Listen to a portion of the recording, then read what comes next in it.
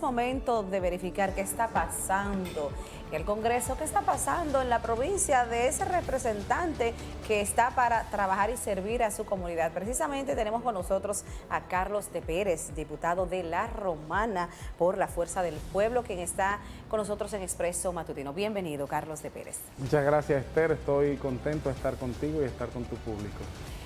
Me hago preguntar, porque el que está en sintonía quiere saber cómo está La Romana, qué se está cocinando en favor de esa provincia. Bueno, hay muchos actores en La Romana que están trabajando en beneficio de ella, mayoritariamente son del gobierno, tienen ahora 3 diputados de 4 y la totalidad de las alcaldías del municipio de La Romana. Así que hay algunos planes, digamos que dispersos en la población de La Romana. Respecto a mí, estamos impulsando una serie de iniciativas, tanto de leyes como de resoluciones, que entiendo que tendrá un impacto positivo en nuestra provincia de La Romana. Saben que usted, Carlos, también pertenece a la Comisión de Justicia, además también de la municipalidad. ¿Cómo está el tema, por ejemplo, del municipio? Ya justamente usted es de la oposición, sí, y es el único diputado de Entonces, oposición. ¿cómo usted se enfrenta, por ejemplo, como diputado a que se tome en cuenta esa provincia para la mejora de las situaciones, por ejemplo, en municipalidad? Mire, hay que ser franco y reconocer que el presupuesto fue aprobado tal cual fue enviado al Congreso, y en el caso de La Romana, la ejecución presupuestaria actual de este año es de apenas 5.7%, pero hay en otros aspectos, en el próximo presupuesto que fue aprobado ahora recientemente para el año 2025, fue un presupuesto que apenas asignó 259 millones de pesos para La Romana. O sea, que en la visión de la gestión actual de gobierno, La Romana está en último lugar, por no decir que ni siquiera existe. En el presupuesto, en realidad, estamos en la posición penúltima de las provincias con menor asignación en el país. Y eso es lamentable porque La Romana le dio al partido de gobierno, el PRM, 5 alcaldes y 3 diputados en la pasada elección. Lo correcto es que por un tema de correspondencia el gobierno hiciese mayores asignaciones a La Romana y que además estuviese haciendo cosas en beneficio de nuestra provincia, pero el favor del voto de los romanenses desafortunadamente no ha sido honrada en la actual gestión. Bueno, usted, Carlos de Pérez, ahí en el Congreso tiene esa oportunidad de levantar su mano y cómo esos proyectos que pudieran beneficiar a La Romana, esa parte de usted ahí en el Congreso, ¿cómo la maneja? Cuando se sometió a discusión el presupuesto general para el próximo año, yo solicité un turno y como habían dado ya muchos turnos, el presidente dio por cerrado los debates y no tuve la oportunidad de exponer los puntos que quería resaltar. Sin embargo, los di a conocer por escrito. Tenía que ver el caso de La Romana. Hace un ratito aquí mismo hablaban de que ayer, cuando llovió aquí en la ciudad capital, se inundó. La Romana solo tiene que nublarse para inundarse, o sea, ni siquiera tiene que alcanzar a llover. La Romana necesita un sistema de drenaje pluvial que ciertamente funcione, no lo tenemos. El tema de la recolección de la basura en La Romana se ha convertido en un problema permanente, no se resuelve tampoco.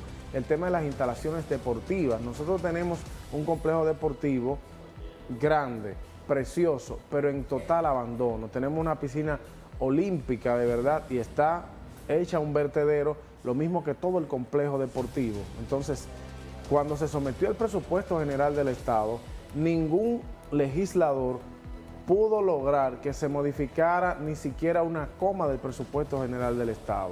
¿Por qué? Bueno, es que el PRM tiene 149 diputados, entonces 149 de 190 hace que sea previsible el resultado de cualquier iniciativa legislativa, sobre todo cuando viene del Poder Ejecutivo, que es el caso. O sea, que hay muchas iniciativas que evidentemente usted como legislador tiene esa mano que levantar y esperemos que se haga en beneficio, por supuesto, de la comunidad y ya ustedes escuchar al pueblo, porque es lo que queremos y es el deber de cada legislador. Ustedes tienen temas importantes en el Congreso, pero hay una información que se ha estado tratando durante todos estos días y es lo de las candidaturas independientes. ¿Cuál es su opinión al respecto? Algunos legisladores están a favor, otros están en contra con lo que ha determinado el Tribunal Constitucional. Yo estoy a favor de la posibilidad de que hayan candidaturas independientes. El Tribunal Constitucional, mediante la sentencia 788-2024, declaró inconstitucional o no conforme a la Constitución los artículos 156 y 157 de la Ley 2023 y sugirió dijo cómo debiese interpretarse el texto. ¿Qué decía el texto que estuvo vigente? Bueno, que los partidos políticos eran los que nominaban los candidatos de manera exclusiva. Lo estoy parafraseando. Ahora, esta modificación que ha hecho el Tribunal Constitucional mediante su sentencia dice, no, espérate, si un ciudadano quiere ser candidato a la presidencia o a diputado o a síndico o a cualquier posición, puede serlo sin que pertenezca a un partido político.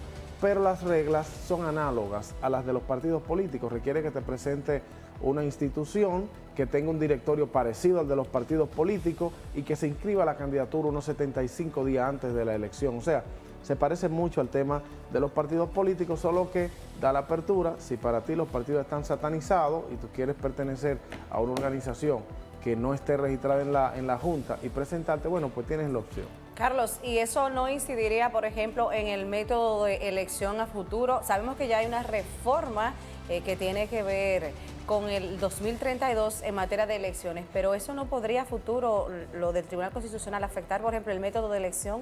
No, no me parece, porque el artículo 208 de la Constitución se mantiene vigente en cuanto dice que el voto es personal, directo y secreto. Seguirá siendo así independientemente de esta modificación. Me refiero específicamente, por ejemplo, al método de Home, que a muchas personas quizás no pudieran comprender eso. El método de Home lo que hace es dividir los escaños.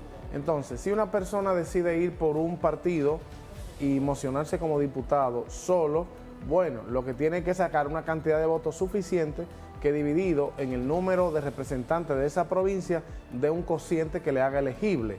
Pensemos en la romana.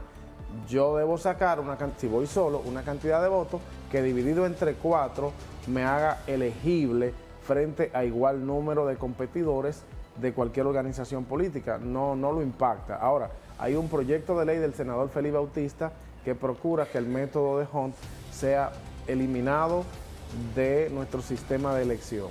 Yo soy partidario del método de Hunt y aclaro, no fui elegido, o sea, no me beneficié del método de Hunt. Yo fui el diputado más votado de mi jurisdicción, lo que significa que hubiese ganado de cualquier forma, pero yo soy partidario del método de Hunt, porque ¿qué procura el método de Hunt?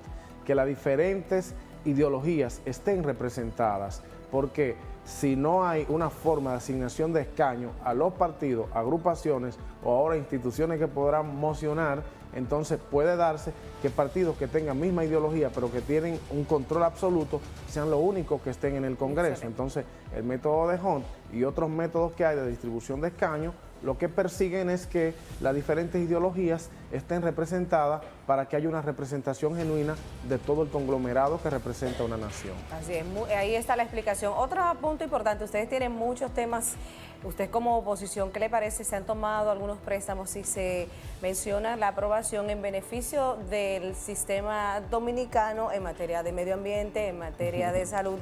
¿Qué opinión le merece? Y usted como legislador, ¿ha votado a favor o en contra? No, no he votado a favor de ningún préstamo. De hecho, me parece excesiva la cantidad de préstamos que llegan al Congreso. No hay una semana que no se aprueben entre 500, 600 y 700 millones de dólares en el Congreso de la República Dominicana. Y cuando notas que te dicen, por ejemplo, recuerdo uno particular que era para acciones contra el cambio climático. Entonces me pregunté, ¿qué podemos hacer con dinero contra el cambio climático? Ese tipo de cuestiones que uno escucha de algunos préstamos, si mal no recuerdo, uno para letrinas y un paquete de cosas que tú dices, pero ¿cómo es posible que estemos tomando esta cantidad de dinero prestado para las cosas que se están tomando? Porque los préstamos no pueden satanizarse. Si usted quiere comprar un auto y puede pagarlo con su cuota, pero no puede comprarlo junto, puede tomar el préstamo. No se sataniza el préstamo. Ahora, ¿para qué estás tomando el préstamo? Y con la frecuencia que se están haciendo los préstamos, se está comprometiendo las finanzas públicas más allá de nuestra generación. Y Carlos, ¿y qué le parece, por ejemplo, usted sabe que fue noticia y se mantiene ese tema de las exenciones, de las importaciones de los vehículos? ¿Qué opinión le merece eso? Mire, yo soy partidario de que a los legisladores, al igual que otros funcionarios, tengan una exención o una exoneración, una facilidad para la importación, puede ser de un vehículo cada 4 años. Que sea cada 2 años, no soy tan partidario, pero es la regla actual que hay. Ahora, es una facilidad que se da porque los que vivimos en el interior, por ejemplo, viajamos con una frecuencia a veces de 4 y 5 días por semana, a veces 1 o 2 veces. Va a depender de todo el trabajo que se tenga en el Congreso en esa semana, que se trabaja demasiado, pero yo soy partidario de que se hagan los ajustes que haya que hacer, de manera que le quitemos un poco de ruido al tema y además de que la población se sienta más identificada con nosotros. Ahora bien, una exención es solo decirle, señorita Esther, usted puede traer esto sin pagar el impuesto. Es diferente a lo que se está promoviendo por ahí, donde dicen, pónganle un bono a los diputados. Ponerle un bono sería de lo que ya Esther tiene en caja, Esther sacar y darle a Carlos para que compre un vehículo. Pero la exención, aunque se habla de pérdida, no es una pérdida, porque es solo permitirte que traigas un vehículo sin pagar por retirarlo de aduana. Es un concepto totalmente diferente al que se discute en los medios, pero aún así estoy de acuerdo que hagamos los ajustes del lugar. Estos ajustes del lugar que mucha gente se pregunta, las necesidades de la población, ¿por qué eso no se revierte en favor de los ciudadanos? Porque nosotros esperamos tener un mejor país y justamente de cara a que apostamos a un mejor país, recordar que el gobierno dominicano retiró la reforma fiscal y que hay que recaudar de alguna manera. ¿Qué opinión a usted le merece? ¿Estuvo o no de acuerdo con que se haga o no esa reforma? Yo estaba de acuerdo con que se haga una reforma fiscal, pero no esa, porque es que esa tocaba de manera sensible todos los sectores. Imagina una reforma que grababa las habichuelas con INTEVI, que grababa la carne de res con INTEVI.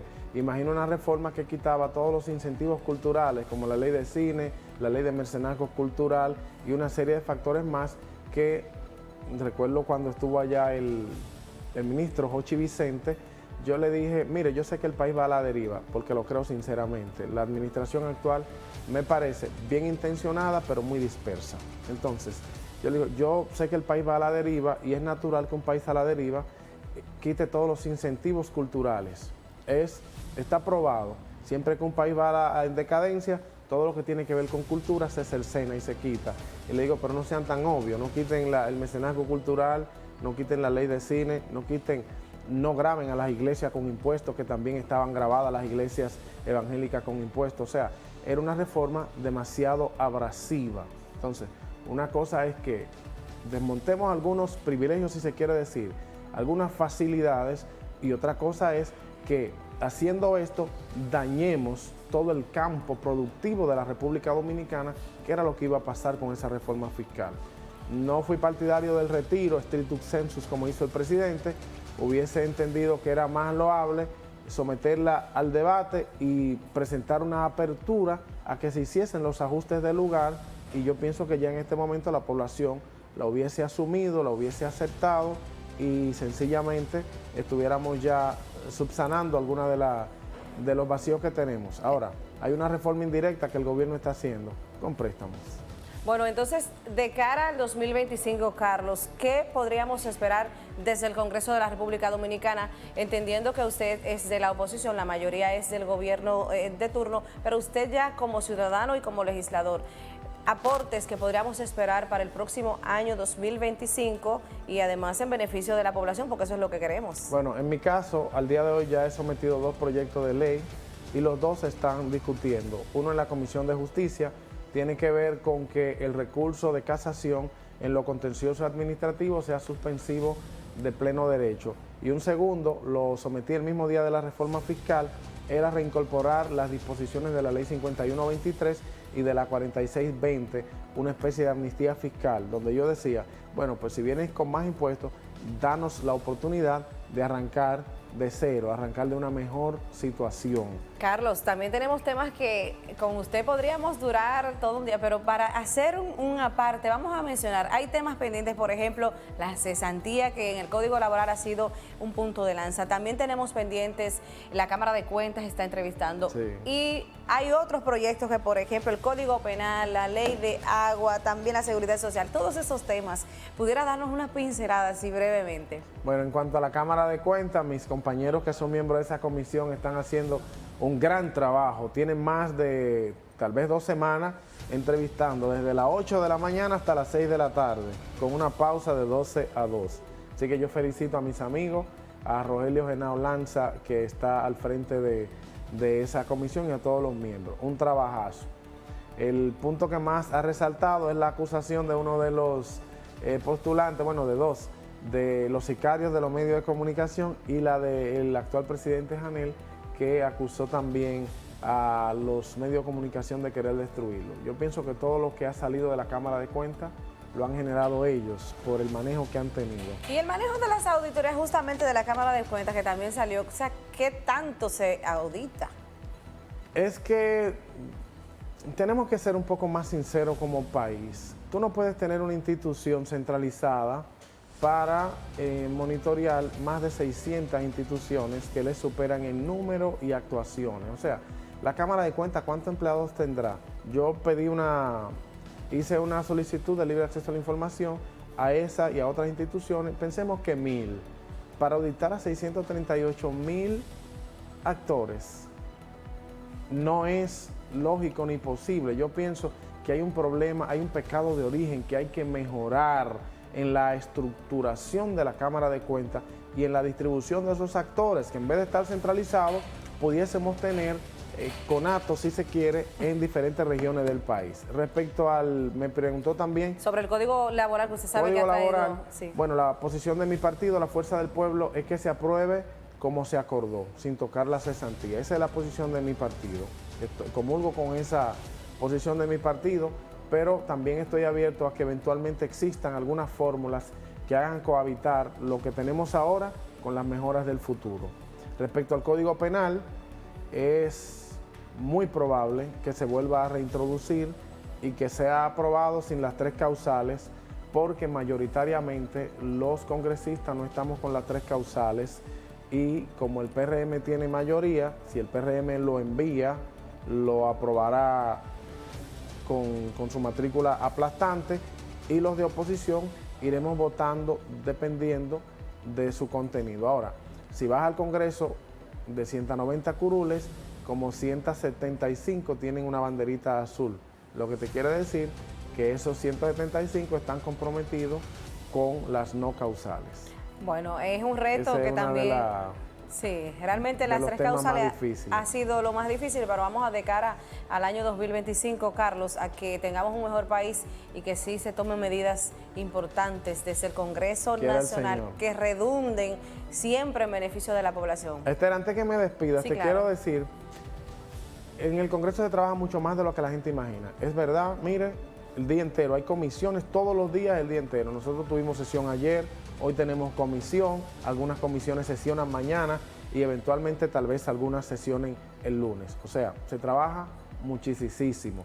Ahora bien, hay también muchos proyectos que uno dice, este proyecto le quita un poco de sentido al trabajo que hacemos. Pero la mayoría de los legisladores son bien intencionados, hay muchos proyectos, todos los días se depositan, todos los días se discuten proyectos de las cosas más extrañas que usted se pueda imaginar. Carlos, lo que pasa es que a veces en la población nos preguntamos que esos proyectos se hacen y se perimen en algunos casos, y muchas veces la gente ni siquiera se entera, como usted dice. Esa es una parte, y además que como no es tangible, no es algo que puedes ver, no es un edificio que hizo un alcalde, que lo ves todos los días, la ley es un edificio...